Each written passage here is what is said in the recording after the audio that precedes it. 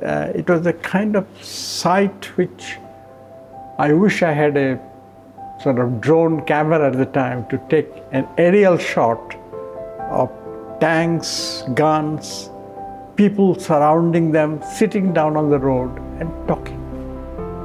That's the kind of end of war that you never imagined. So war ended and there was peace and people were talking to each other. That was fantastic. Chương trình được mang đến bởi Maybe, nền tảng khai phóng những tiềm năng.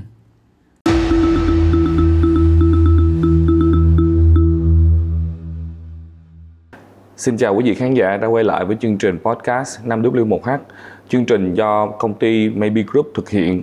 Vào ngày hôm nay chúng ta có cơ hội được ngồi trò chuyện với một trong những nhân chứng lịch sử của ngày 30 tháng 4 kỷ niệm 50 năm giải phóng thành phố Hồ Chí Minh. Đó là nhà báo Nayan Chanda. Ông đã có hơn 50 năm kinh nghiệm làm việc và là biên tập viên của tờ PHAI Tình vào 50 năm trước, và ông là một trong những khách mời vinh dự của Bộ Ngoại giao Việt Nam tham dự vào cái lễ duyệt binh vừa rồi 30 tháng 4 năm 2025. Tôi là Kiến Phước, hôm nay có cơ hội để trò chuyện với lại nhà báo Nayan Chanda.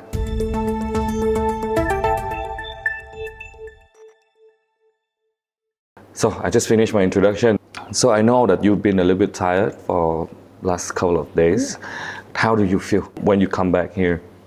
I feel that it's kind of surreal to be back in Saigon, which is now Ho Chi Minh City.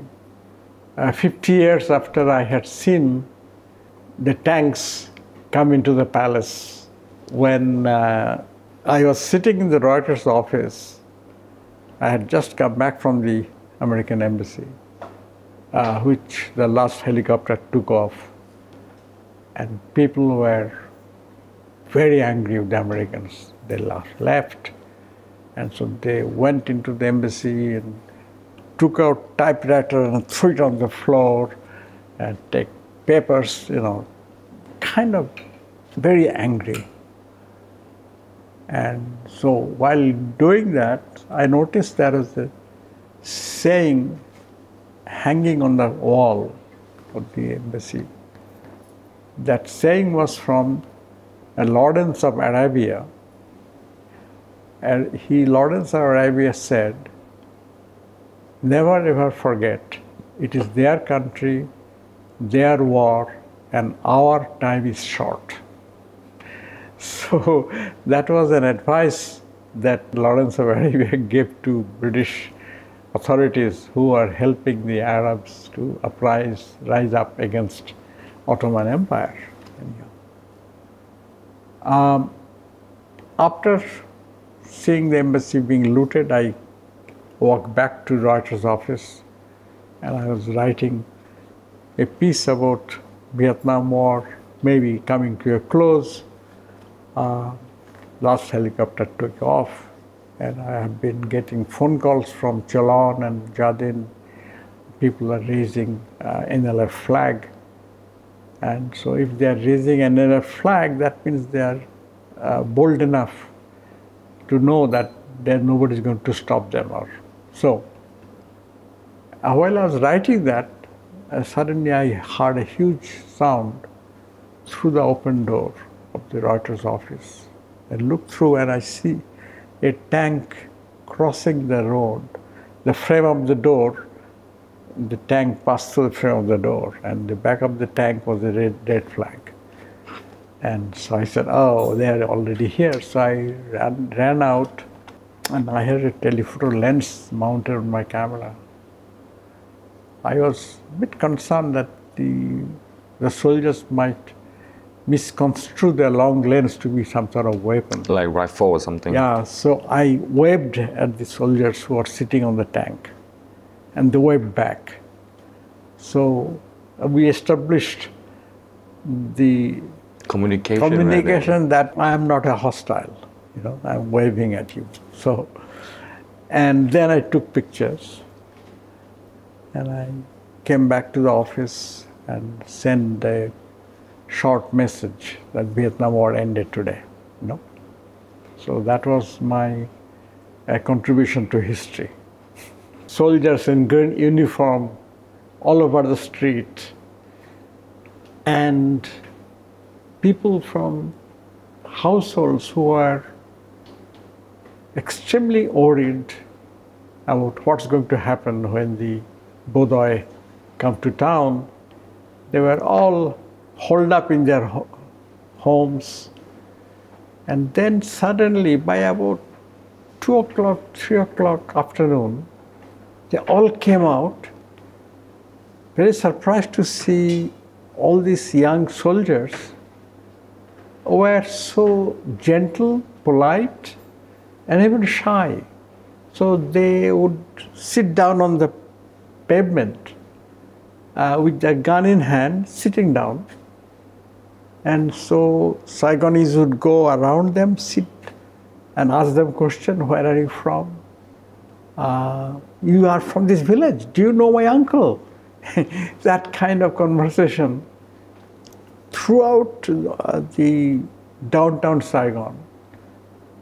It was a kind of sight which I wish I had a sort of drone camera at the time to take an aerial shot of tanks, guns, people surrounding them, sitting down on the road and talking. That's the kind of end of war that you never imagined. So war ended and there was peace and people were talking to each other. That was fantastic. I want to also say something that I experienced in the palace. I went back to the palace to see what's going on. And I walked up the stairs. In the first floor loft, there used to be a large red carpet with a yellow dragon in the middle. And I have seen when Manchu stand in the middle of that carpet to receive foreign visitors who would come up the stairs, and he would sit there and shake their hands. And so I see a Bodoi, young kid, he has wearing Ho Chi Minh sandal made of rubber tire. He took off the sandal and he was feeling the carpet under his bare foot. Well, obviously he has never First time seen, ever. Yeah, that. So to me, it immediately a kind of established change of regime. The carpet that was used by the old regime is now being felt by a peasant boy with his bare foot, you know. So I thought that was a very, very touching moment. It's quite surreal too. Yeah, yeah. So 50 years later, you come here in Saigon with your wife, who you two got married like in 74, 51 years ago. How do you feel when you see the new city, the new Saigon? It's full of energy. Of course, the Saigon that I remember of 75, and then I came back many times in the 70s. It was much more depressed. People were worried. There is a lot of unemployment, shortages, and people generally did not have kind of a very hopeful future. They were worried. And of course, hundreds and thousands have fled the country, taken a boat. And so it was somewhat depressed feeling all around. And also the demonetization that happened in 76. They withdrew the old currency, yes, introducing new the currency. New one. So a lot of people lost money and they suddenly became very poor. So that poverty, uncertainty, unemployment, departure of so many people, all that cast a sort of gloom on the city. And that started lifting only in the 80s. After the Doi Moi reform was introduced, Saigon suddenly started coming back to life. Shops were opened, street side cafes were open, and kind of lot more life in the city. More energy, more hope. And now, of course, it is unbelievable. The energy of Saigon is something that you have to see to believe. I think it's not only the energy of the city, but I think the whole country, everywhere, a lot of people from the north, from the middle, from south, they just moved to the city to actually take part in the event. What did you do for the last couple of days outside of interviews and things? Well, I have, last couple of days actually, we went to the Mekong Delta, we went to Bến Tre. Bến Tre. And Bến Tre was just amazing. I have been to Bến Tre in 1975. Wow. And it was a small town, just coming back to life after the war. And now it is unrecognizable. It's a little city with beautiful roads, boulevards, the riverside walks. And we went to a night market yesterday. And it was unbelievable that people were really having fun. There's restaurant shops, live music going on. This is kind of life that is unthinkable, even 10 years ago. Outside of Bến Tre, where else did you visit? Outside Bến Tre, nowhere, because we spent 4 or 5 days in CHIempN City. We actually went to Monkey Island. In the Cần Giờ. And that was, again, the drive was very, very interesting. The road was excellent with a lot of flowers. And it's a kind of a beautiful setup that I had not expected.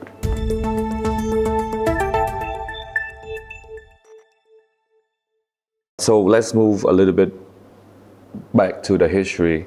So I got to know that you were the editor of the Far Eastern journal in Saigon, the correspondent of that. Can you share with us how did you come upon that opportunity, and what make an Indian young man chose to go to some country very obscure at that point of time? Yes. Yeah, it's a good question. It was all kind of circumstances and my curiosity about the world, that was the main driver. When I had finished my university degree, that was when the American Marines landed in Da Nang in 1965. And that was the year I got my master's degree in history. And having got master's degree in history, I wanted to do some research and maybe get a PhD. And I was interested in studying Southeast Asia, especially Vietnam, because it was so much in the news. Every day newspaper headline says Americans dropped X thousand tons of bombs, American airbase in Bien Hoa was attacked by the VC. So I want to understand, why did the Americans come 8,000 miles away, another country, to fight? That was the question I couldn't... Doesn't make sense, right? Yeah, so I couldn't understand that. So I think, and newspaper articles did not explain. They simply said, this is what happened. But I said, why? So I started reading history books. And while reading history books, I became more and more involved in understanding the entire Southeast Asia, Indochina. And I said I must specialize in this area, but I could not learn either Vietnamese or Khmer or any other language in Calcutta, where I was studying. So I realized that if I want to do some in-depth study, I have to learn the language of that region. So I could learn French at the Alliance Française in Calcutta. So I started learning French. Was that why you met your wife? Not well, in some ways, yes. So I learned French and I was doing research. And then in 1971, the French government, which gives scholarship to Indian students, normally they give scholarships in fine arts and science. But that year, they gave one scholarship in history. And you got it? I got that scholarship. Wow. Only one? Only one. And so I arrived in Paris, in Sorbonne, to study Cambodian foreign policy. And while I was doing study in Paris, I was also doing some freelance writing. Oh. And because Paris peace talks with Kissinger and Leduc was going on in Paris at the time. And as a journalist, as a scholar, and a freelance journalist, I started writing on Vietnam talks for the Far Eastern Economic Review, which was a British magazine published from Hong Kong, weekly magazine. And it was like The Economist of today. Yeah. Weekly magazine devoted to politics, economics of the entire Asian region. So I was writing that, and then in 1974, Dow Jones Company bought a major share in the Far Eastern Economic Review. And they said, we want to invest in expanding the coverage, and we want a bureau in Saigon. And so they offered me the job, saying that since you seem to be an expert on this area, would you accept to be our first bureau chief in Saigon? And you say yes? I said, of course, yes. And so that's how an Indian from Calcutta landed in Saigon as the bureau chief of Far Eastern Economic Review. So what's your daily routine when you were in Saigon at that point of time? My routine was, before I arrived in Saigon, then I went to Delhi for 1 week. I had a 1 week's leave to marry my wife. And then brought her over to Saigon. Brought her over to Saigon in 1974. We lived in an apartment on Tuyo Street, and I walked from my home to the office, which was on the Reuters news agency, which had an office on Hamni Street, parallel to Thongyat, Avenue Thongyat, on the side of the park.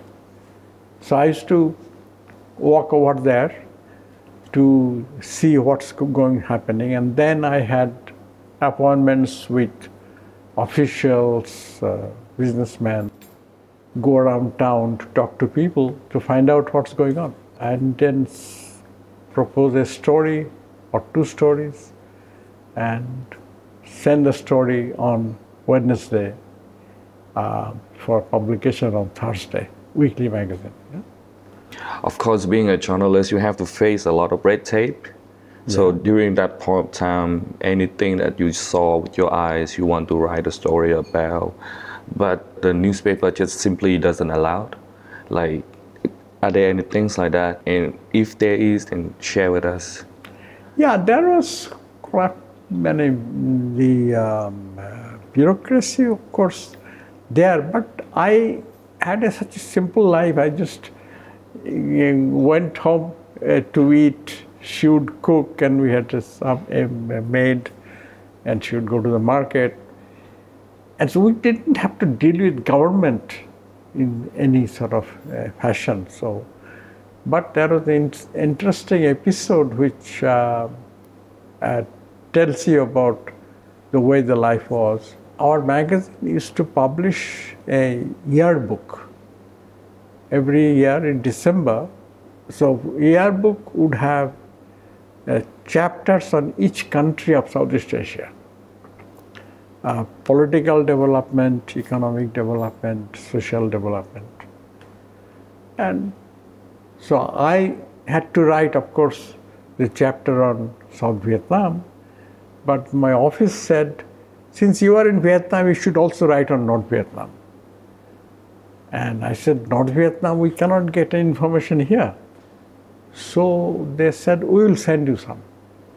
So what they did, they collected, there is a thing called Summary of World Broadcast, which is published by BBC. They monitor radio broadcasts from all over the world and transcribe them. So Radio Hanoi, Radio Haiphong, all the radio broadcasts in Vietnamese language would be translated into English by the BBC and published in a printed form every day. And my office in Hong Kong used to subscribe to that. So they sent me a huge packet of summary of broadcast from Haiphong, Hanoi, and also from Saigon Radio, etc. So I got a call from the post office saying, you must come to the office right now. I said, what happened? He said, something very serious. So and they showed me this. This is all communist propaganda. So I said, I don't know, this is a radio broadcast. And I have to read them, study them to understand what's happening. They said, no, this is not allowed. So I said, if I pay fine, is that okay? What did they say? Then they thought about it, said, yeah. So I paid $50 fine. And at the Bob time? Yeah, and then took them all home. So it was allowed, I could take it home by paying $50 fine. Okay. It's not allowed at the same time, it's not banned. Banned. So that was one experience I had. And so I could write my chapter on North Vietnam.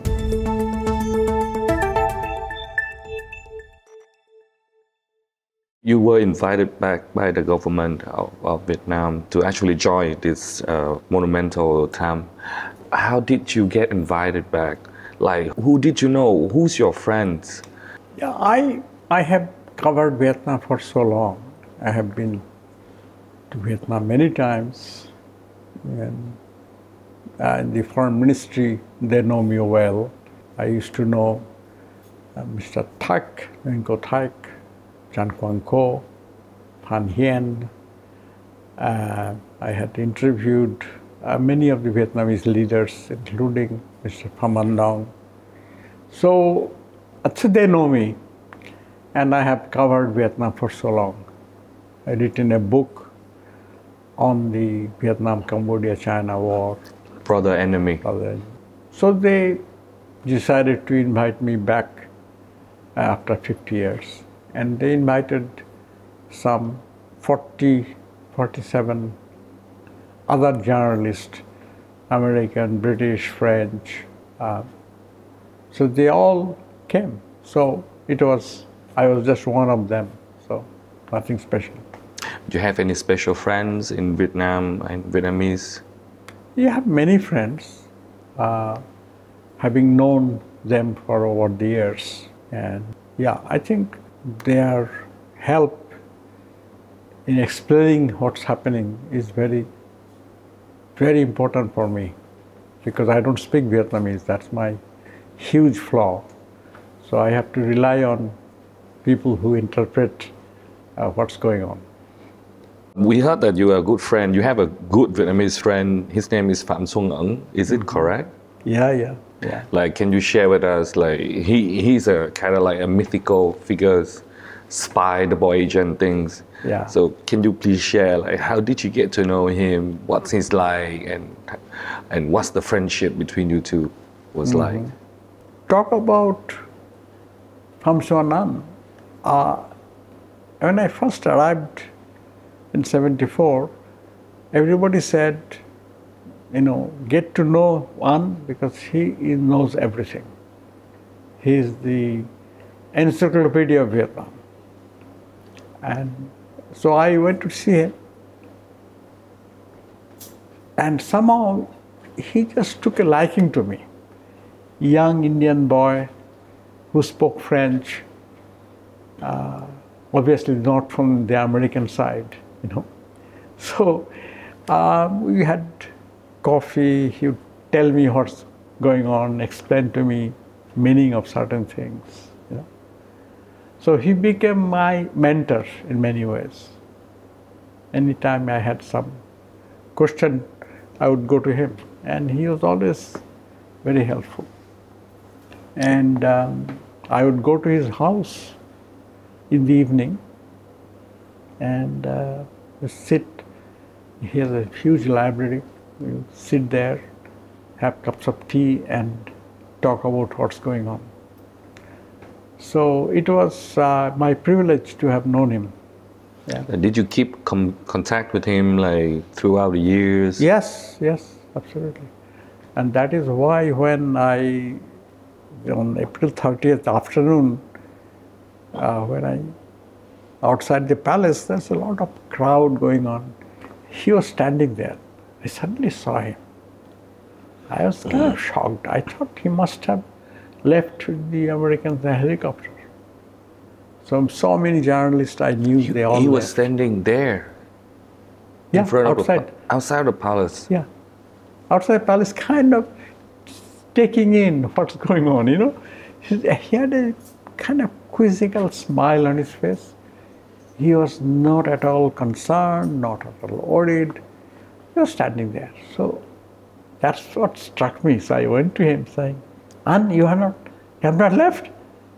He says, "Oh, I missed the flight." So I said, "You missed the flight? How about your wife and son?" He said, "Oh, they have left," he said. So I said, "Okay, good. At least they have left." But it struck me that he was unusually calm and undisturbed. But, you know, I thought maybe that's the way he is. But only several years later, I learned why he was so calm. So you learned that he was a spy. Yeah, yeah. You have any other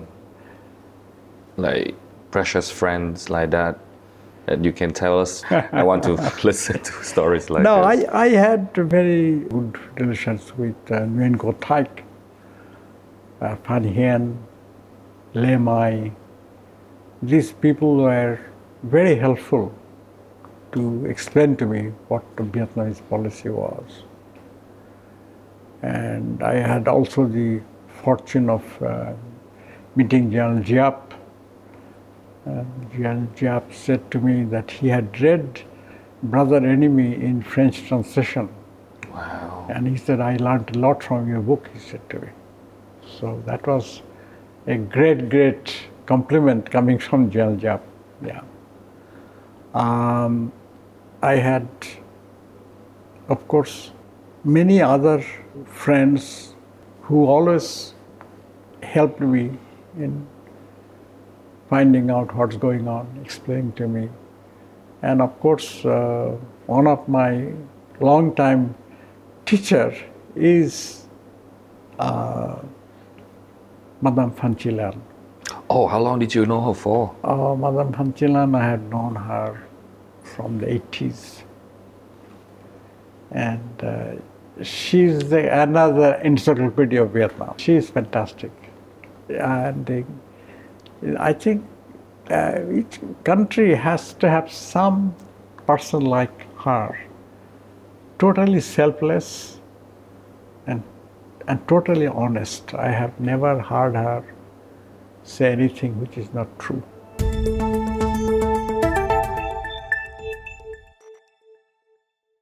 So we move a little bit forward. So now we're going to talk a little bit about future.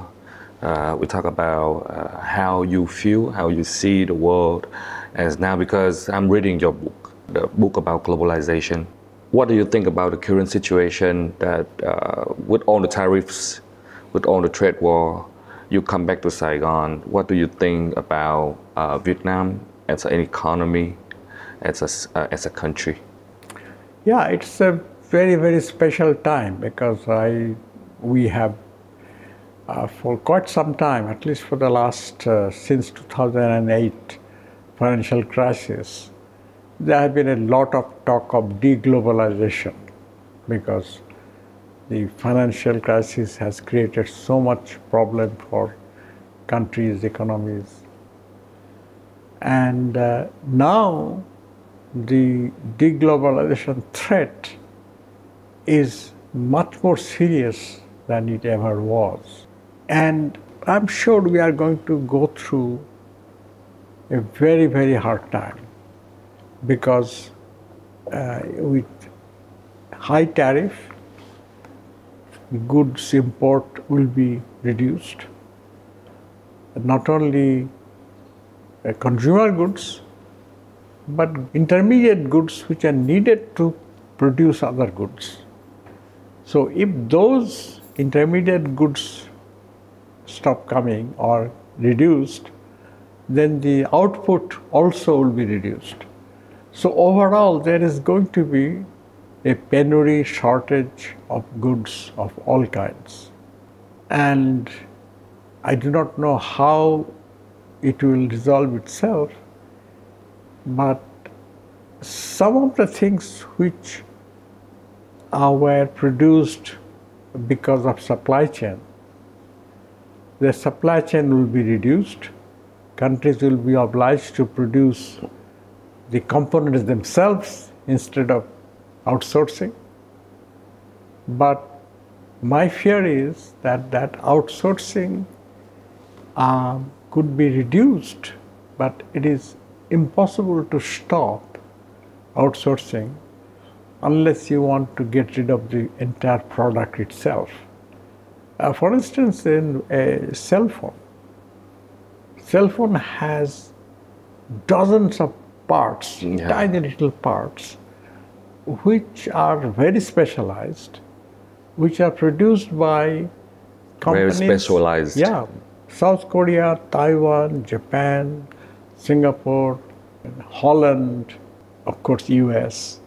They are producing these tiny little parts which are assembled to produce the product that everybody needs, the cell phone. So if some country has to produce all the components, you have to set up factories, you have to have skilled labor, raw material. The components itself would be more expensive. So you are going to get a phone which will cost $3,000, $4,000 just to cover the cost of production. So that is not possible. So I think there is going to be a period when companies, countries will say, enough, we cannot run an economy where everything has to be produced in the country and assembled to produce a high value item that have no use for common people. No? So you saw Trump raising the taxes, then reduce the taxes, and then give 60 days, and then 90 days, and 180 days. What do you think about the new dynamic of Trump and China now that it's in place? Yeah, I think it is so volatile. It's a kind of futile to predict how it will turn out. A good friend of mine described Trump as unexpectedly unexpected. Yes, yes. I think he's totally unpredictable, and so I think we are going to go through this period of uncertainty and shortages and crisis. I think we cannot escape that. But for how long, that again, only Trump knows maybe. Maybe longer than 4 years. Yeah. So what do you think the role of Vietnam as a country? Because a lot of people talking about production moving from China to Vietnam and things like that. But in your opinion, how can Vietnam economy move up in terms of the supply chain? Again, it is something that needs to be done in some areas, but again, I remain dubious how far it is feasible. If it was simple items that you set up a factory and you produce them, then outsourcing may not be necessary. But as I said, the components are so complex, to produce them requires so much skills and technology that if each country, including Vietnam, has to produce them all by itself, that would take, even if you had the capital, even if you have the technology, it would take 2, 3, 4 years to actually set up a factory which produces the components that you need to produce your final product. So the time is huge. Semiconductors. To produce semiconductor is extremely complex process. It requires huge amount of skills and high technology. So semiconductor, you have to simply buy from somebody who has developed this technology to produce it at a mass scale. Some short, simple semiconductors may be produced, but then again, it would take a long time to set up the factories, have the skills needed to produce those semiconductors. So I remain very, very doubtful that all this talk about moving operations from here to there, it's all talk. In terms of actually implement it, it's a hugely complex matter. When you talk about globalization, not only economy, but what's your kind of concern when you talk about deglobalization now outside of economy, like human aspect and things like that? Like you see how the America just send everybody back, send them back to like South America and things like that. Yeah, I think globalization has been happening. If you have read my book, I say that globalization has been happening for 10,000 years, at least. Now, the aspects of globalization which have become very controversial are also the same aspects which are critical for moving globalization in a positive direction, and that is human migration. Moving goods from one country to another has been going on, and people have moved goods and assembled them and produced goods. Eventually, workers were moved in because some workers have more skills than the locals.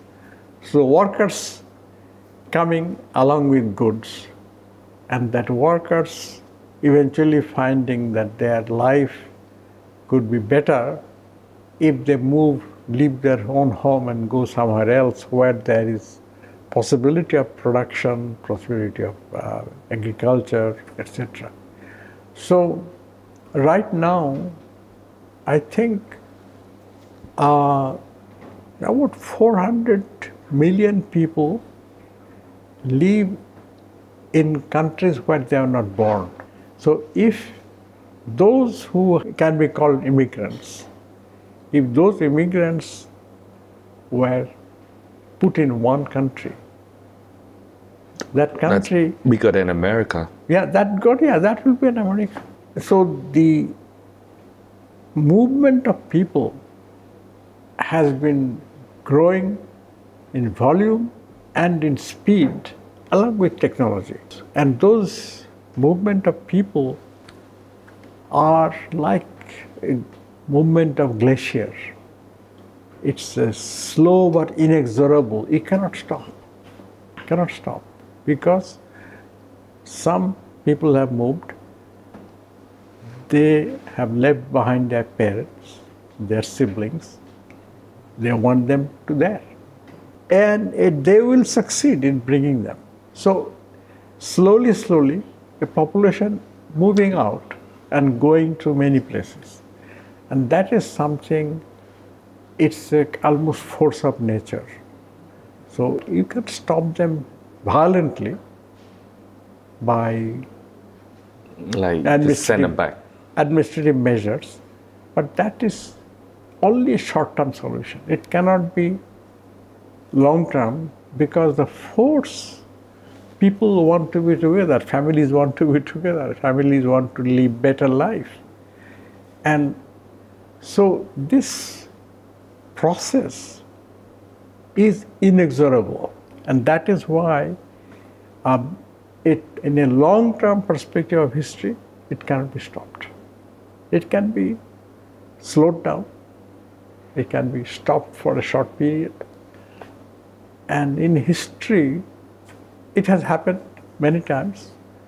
Say, for instance, in the 13th, 14th century in Europe, there was a massive outbreak of contagious disease.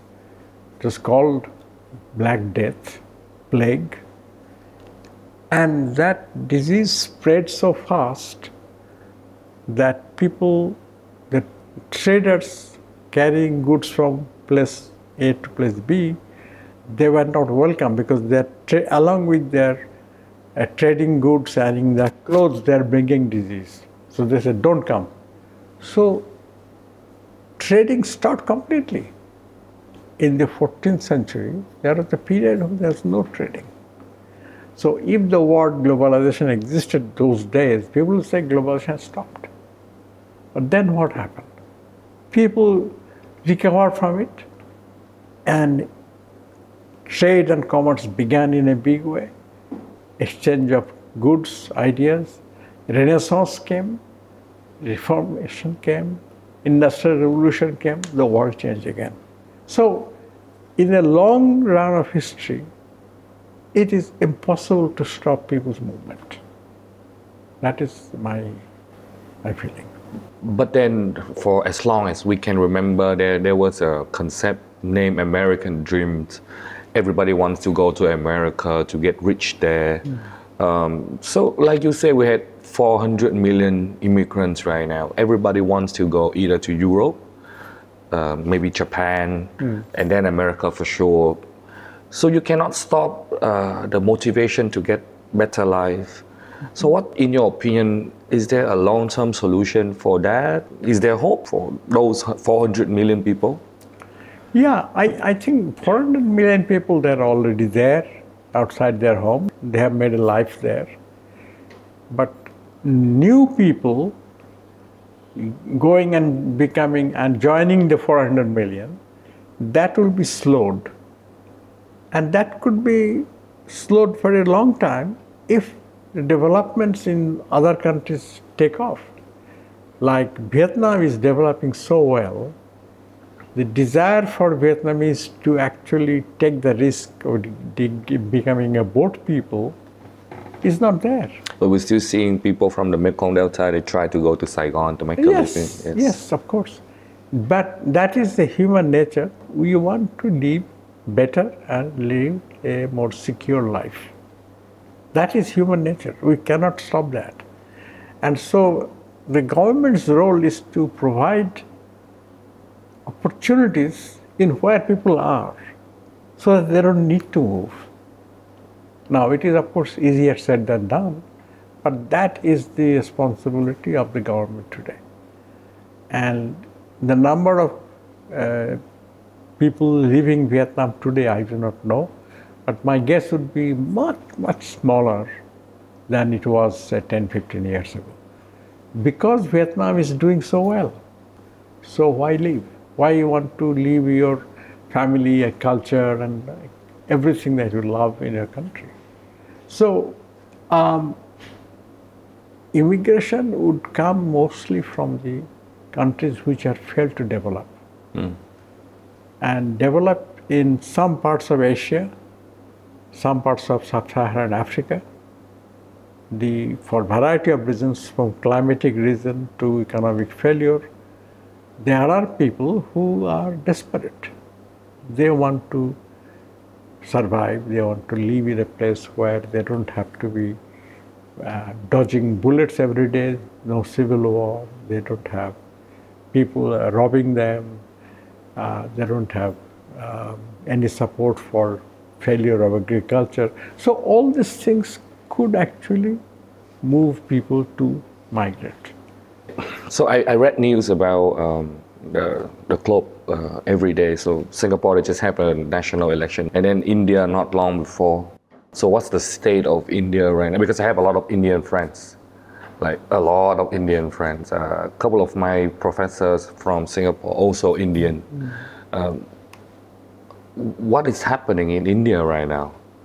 Like Modi and yeah, Modi has kind of mobilized people. He has been in power since 2014.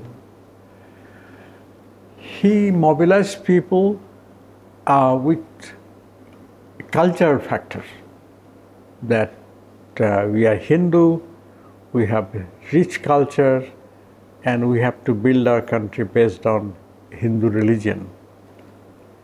And he has succeeded in encouraging people, inspiring many people to support him. And that explains his electoral victory. But there is a limit to that policy, because that policy also has a religious, a linguistic component. Hindi-speaking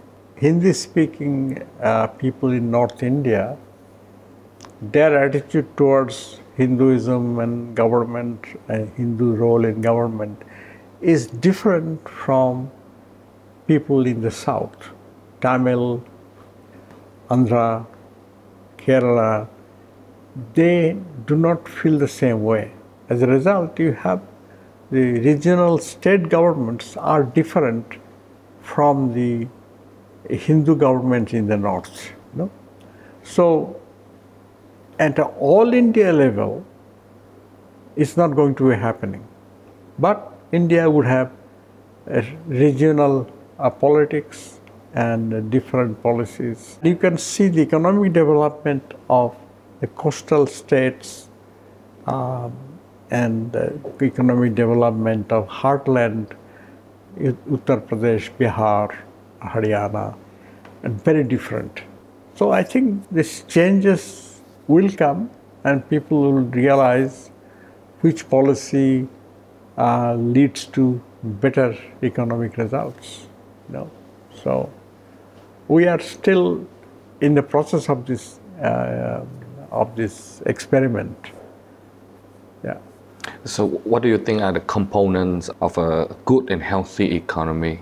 Like basically, if you talk about Vietnam right now, anything that we should change, any policies that we should adjust? I do not follow the Vietnamese policy closely enough to give any advice, but overall, that is the experience of countries all over the world, is health and education of the population is absolute most important part. And Vietnam's success so far has been that. Vietnam, by compulsory education of Vietnamese children, you are creating a working class which is already educated, who can understand some machinery, who can technology, they can do things. That's one. And primary health is so important for the brain development of children. If the children are not nourished, if they are malnourished, their brain's ability, cognitive ability, is compromised. Yes. And so health, good health and education, that's the absolute first thing. And that is where many governments fail. They go into many fancy projects when ignoring the citizens' basic. The fundamental one. Yeah. I heard that you work for Yale. for quite some times before they got sold. Have you ever been to America? Like have you ever lived there for a long time? Yeah, a long time. After covering Vietnam and Southeast Asia for the Far Eastern Economic Review in 1984, I was sent to Washington, D.C. As the correspondent based in Washington who covers all of Asia. Oh. So I lived in Washington until 1991. Then I came back to Hong Kong again as with the Far Eastern Economic Review as a deputy editor. Then I became editor. And in 2001, Yale University approached us, both to my wife. She was then teaching in Hong Kong University, and I was editor of the review. And they approached us to join Yale in different capacities. So in 2001, we both moved to Yale. And we stayed at Yale until 2016. 15 years? 15 years. So she also... She teaches English. At Yale? Yeah. Okay. Where are you two residing now? In New Delhi. In New Delhi? Okay. Yeah. Is there anything that you have been thinking that you can share about but nobody asked you? No, I think it have been, all the questions have been asked. Did they ask about the Cambodia and Vietnam war? Yeah, I think it's so painful that I normally don't like to talk about it because I have experienced, seen the genocide. So much violence. Were you at Cambodia at that point of time, or you in Saigon? I was based in Saigon. I traveled to Cambodia, and then when the Cambodian Khmer were attacking Vietnamese villages, I happened to be in Saigon. I was flown by a helicopter to go to the border to see the massacre. Horrible. So it's very, very painful to remember those experiences. I just want to say thank you. Thank you. It's a Sunday afternoon that normally we should rest, but you and your wife give us time in regards to the show, to the viewers, and especially to kind of represent the country. Thank you for your contribution for the past 50 years. I am very grateful for your interest in my ideas, which is like someone who has not any special insight, and especially of someone who doesn't speak the language. I am always mindful of my limits of my knowledge. So thank you for listening to me. Thank you. Xin cảm ơn quý vị khán thính giả đã theo dõi chương trình 5W1H.